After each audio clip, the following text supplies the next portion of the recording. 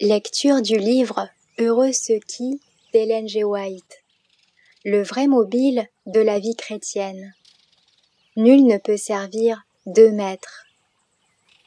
Le Sauveur ne dit pas que personne ne veut ou ne voudra servir deux maîtres, mais il affirme que cela est impossible. Les intérêts de Dieu et les intérêts de Mammon n'ont rien de commun entre eux, ni rien qui puisse les rapprocher. Là où la conscience du chrétien l'exhorte à s'abstenir, à renoncer, à s'arrêter, celle du mondain, franchissant l'obstacle, le pousse à satisfaire ses inclinations égoïstes. D'un côté du mur se trouve le disciple du Christ, avec ses renoncements, son abnégation. De l'autre côté se trouve le mondain, égoïstement satisfait, complaisant à l'égard de la mode frivole et se délectant dans les plaisirs défendus. À aucun prix le chrétien ne doit passer de ce côté du mur.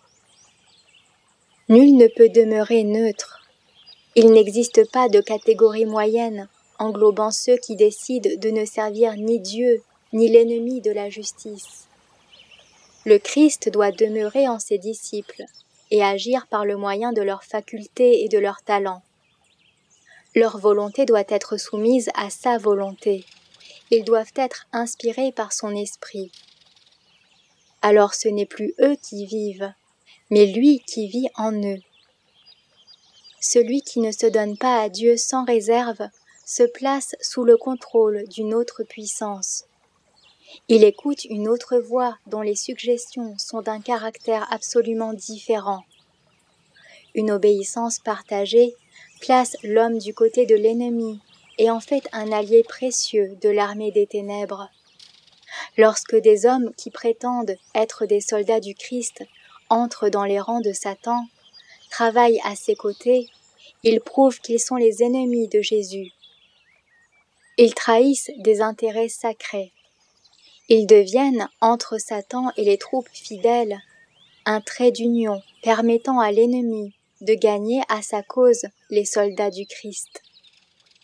Ce qui constitue la plus grande force du mal en ce monde, ce n'est pas la conduite des gens corrompus, mais bien la vie de ceux qui, en apparence vertueux, honorables et nobles, entretiennent cependant un vice caché. Pour l'âme qui, en secret, luttant contre quelque grande tentation, tremble au bord même du précipice, un tel exemple est le plus puissant appel au péché. Celui qui, doté d'une conception élevée de la vie, de la vérité et de l'honneur, transgresse en connaissance de cause un seul précepte de la sainte loi de Dieu, devient, par ses nobles dons, un piège pour ses semblables. Le génie, le talent, la sympathie, et même des œuvres de bonté et de générosité peuvent devenir des rabatteurs de Satan, qui entraîneront des âmes dans la ruine présente et éternelle. N'aimez pas le monde, ni les choses qui sont dans le monde. Si quelqu'un aime le monde, l'amour du Père n'est pas en lui, car tout ce qui est dans le monde, la convoitise de la chair, la convoitise des yeux et l'orgueil de la vie, ne vient pas du Père, mais vient du monde.